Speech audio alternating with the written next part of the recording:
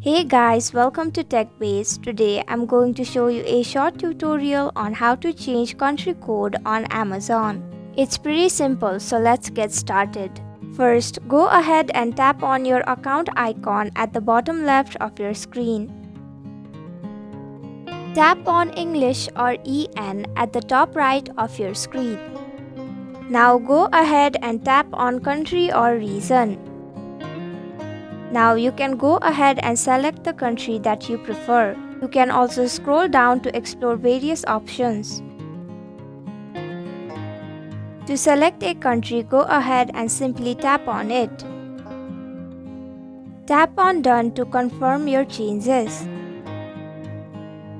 And that's it. This is how you change your country code on Amazon.